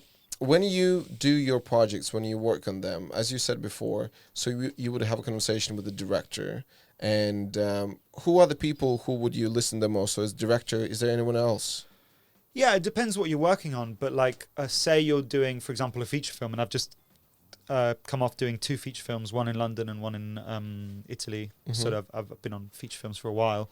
So let's say you're doing a feature film, you might have like, I don't know, for example, the one I just did, you might have like, I don't know, 3 weeks prep and 5 weeks shoot or something, or 1 month prep, 1 month shoot, something like that. And so the director's your main creative point of reference. That's the person you're responsible for executing their photographic vision, and they're your main point of reference. But you're a head of under the director, you are a head of department, of which there are other departments. So like sound recordist, the production designer, the costume designer, the makeup designer, the assistant director. These are all heads of department, and you work with each of these people. Like on my last feature, for example, the production designer was hugely influential in choosing the locations, and I worked very closely with him in thinking about the light and the colors, and we really worked in symbiosis with one another. So it became like me, the director, and the production designer really working in symbiosis on the visual style, and then obviously the costume designer and the makeup feed into that. And so those are some. The assistant director is your point of reference for anything regarding schedule or how we're going to do something mechanically on the day, how we're going to do something, because the assistant director is there like making the schedule, running the set, and then the producer, the different figures in production, like production manager, line producer, they'd be sort of overseeing the actual shoot. From every standpoint. So things like equipment and budget and your crew and stuff you would discuss with like the line producer or the production manager. So, and then obviously I interact with my crew. So once we've decided like what we're going to do, I have to then implement that, which means working with my crew, and under me you'd have your keys, who is kind of an American term, but I like it. Your like keys are like your key grip, your gaffer, and your focus puller.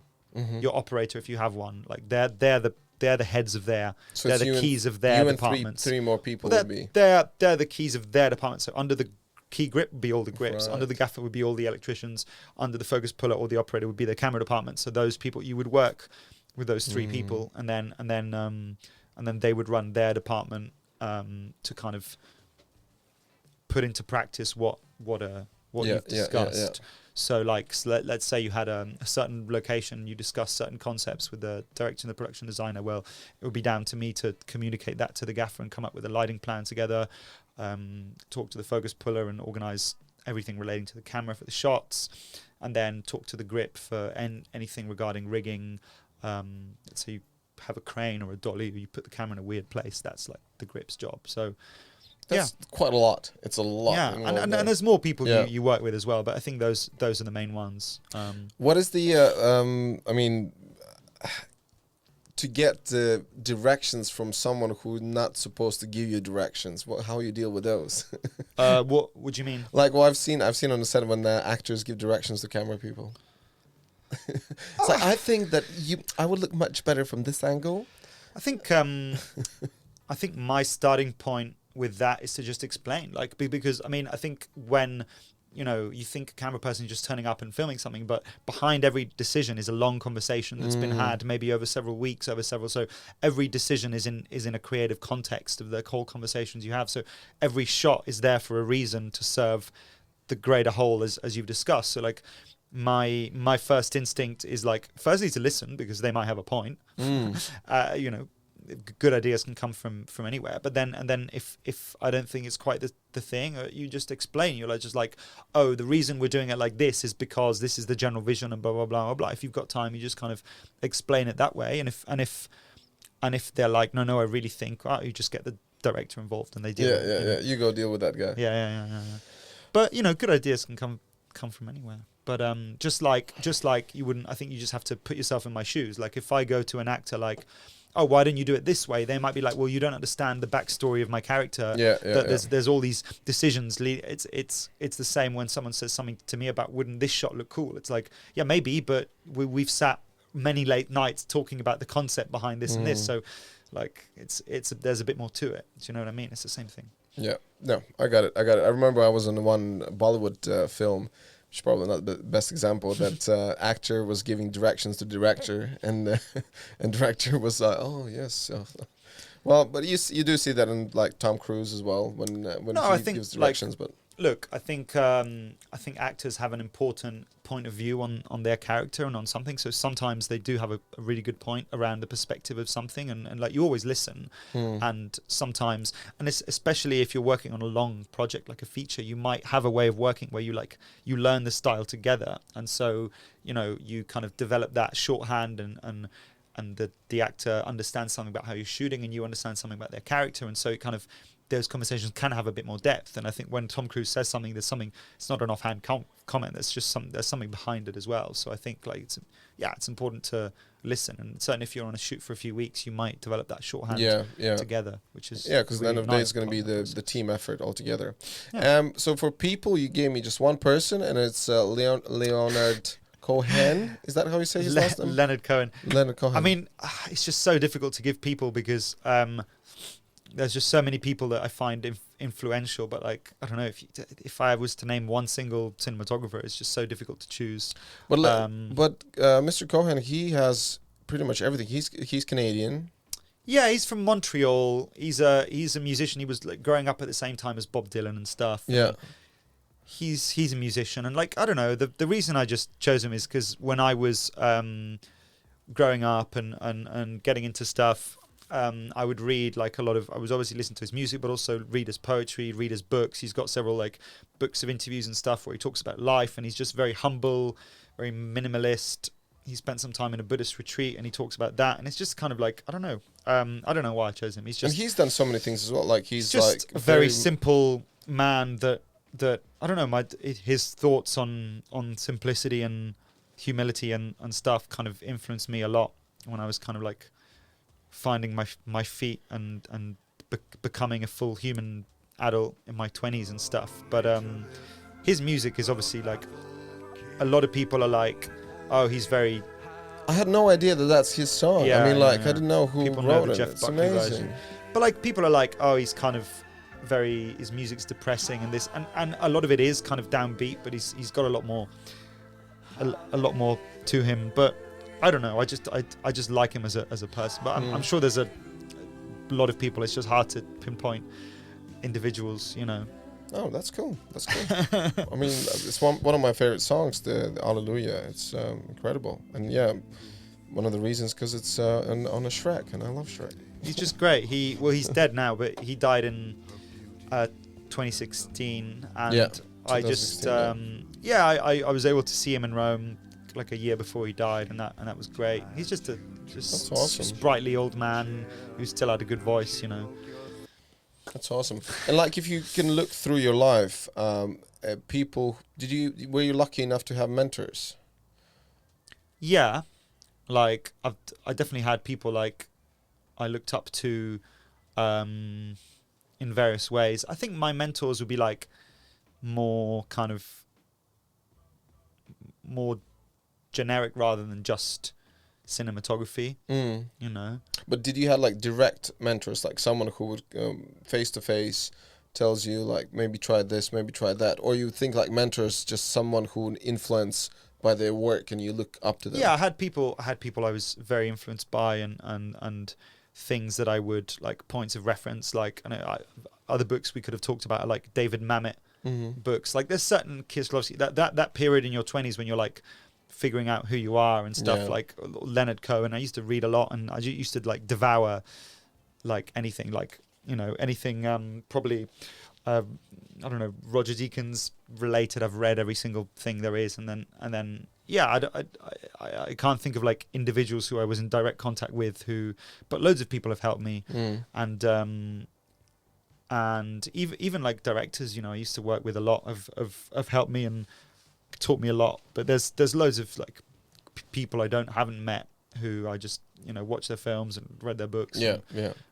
looked up to them. It's like, yeah, like Arnie for me, like yes, go to the gym. Yeah. But I don't know, Arnie or Stallone, like watching their films, it was just the idea about like being this heroic character and just stand out. And if you work hard and you do your things, and you know, you can achieve pretty much anything you want. So yeah, I wasn't that fortunate. I had a couple mentors later in my life. Actually, it was when I lived in Canada. There was this one guy who was just, his name is Dave. Actually Italian, Alozio, his last name. Yeah.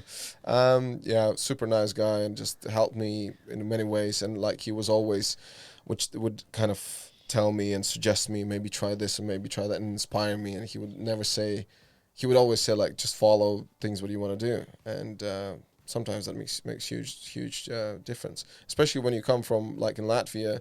There's very rarely someone would say like, doesn't matter what, just be happy what do you do. Which leads me to pretty much our last segment, last concept of our super duper podcast.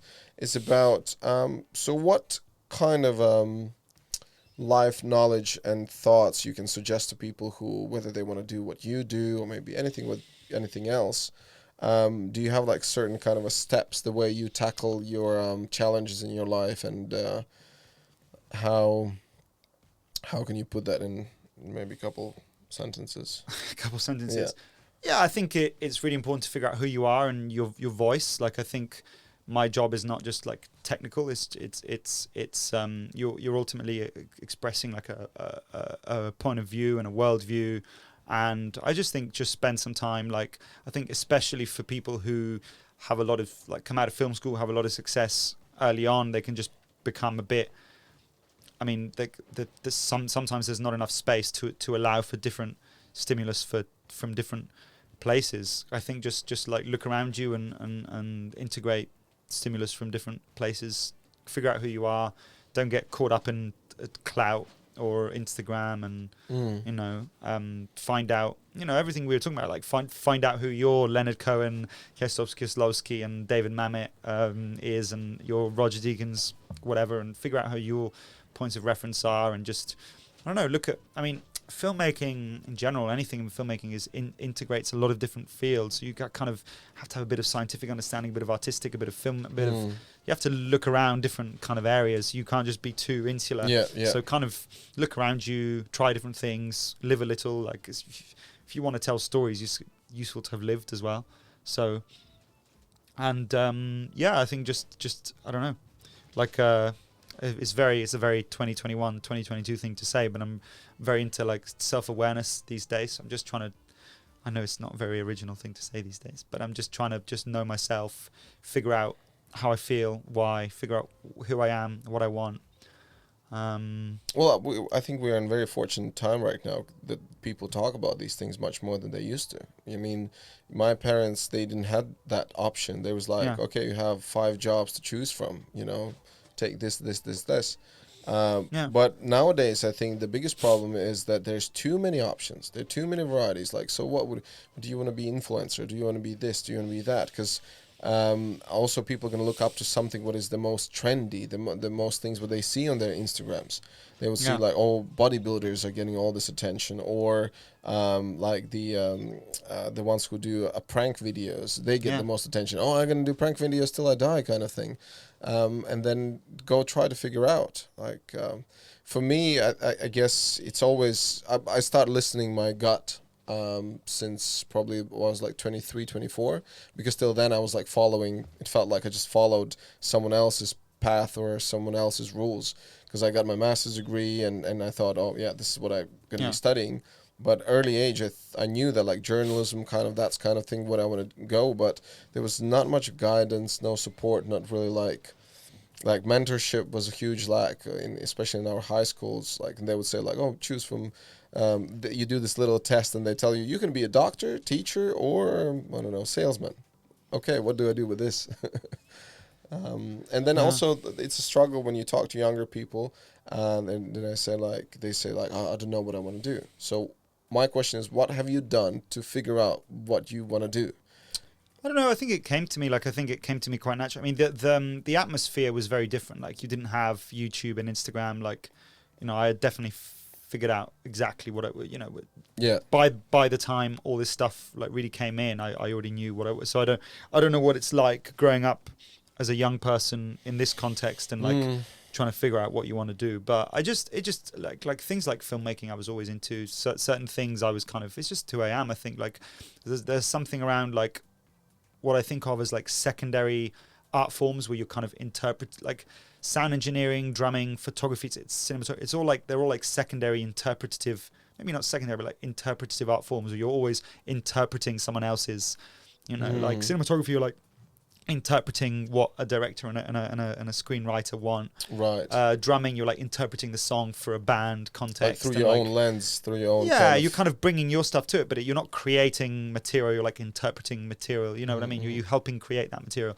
So very essential, but also interpret. I think that's always been my orientation, and so it kind of, I don't know, I just kind of found it. And as you said, like you always enjoyed reading. I think reading really helps that.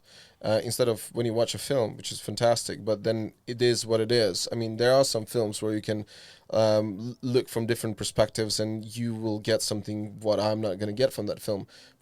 But the book is like, you know, 100% is your interpretation, your fantasy, and it just boils down to how you look outside of whatever box you're in.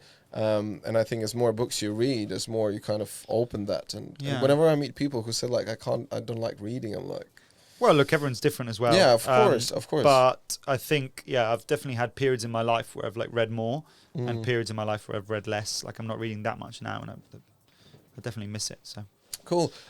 Again, before we finishing, tell me a little bit more about your drum experience and what kind of bands you played. And you said that you would like to get back to it. Yeah, I played I started when I was like 15, 16.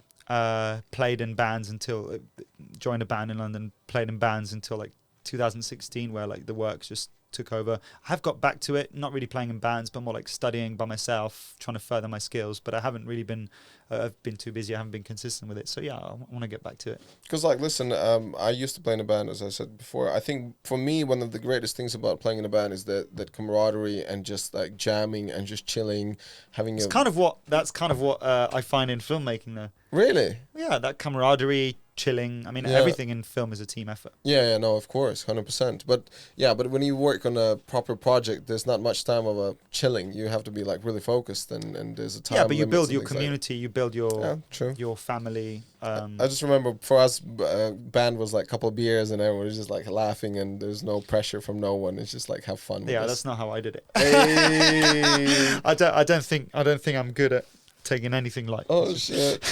Okay. Listen, Lorenzo, this was Lorenzo Lervini with me here. Thank you so much for coming over. This is all the way here in Bracknell in UK. Just quickly, how people can find you, it's straightforward. Just Google me. I'm on, that's my website, that's my Instagram, Lorenzo Lervini, just my name. Yep. Yeah. And then people, if they have any questions, they can ask you about filmography and what to do. And where do you teach? Where do you say you teach? I don't know. I don't have a fixed place. I've taught at several. Several places over the years. It's not my main thing. Obviously, I work, but I've done from individual guest lectures to whole modules at different. Are you like that substitute teacher who comes over and breaks all the girls' hearts and then you leave? No, I don't break anyone's hearts. Really? And I don't break cameras either. Hey, listen, on that, I think just break balls. Oh. On that one, we're going to finish, man. Thank you so much for coming over. Cheers, dude. See you soon. Awesome. Nice one. Dancing. Can you drum this one? What's the drum for this? Boring.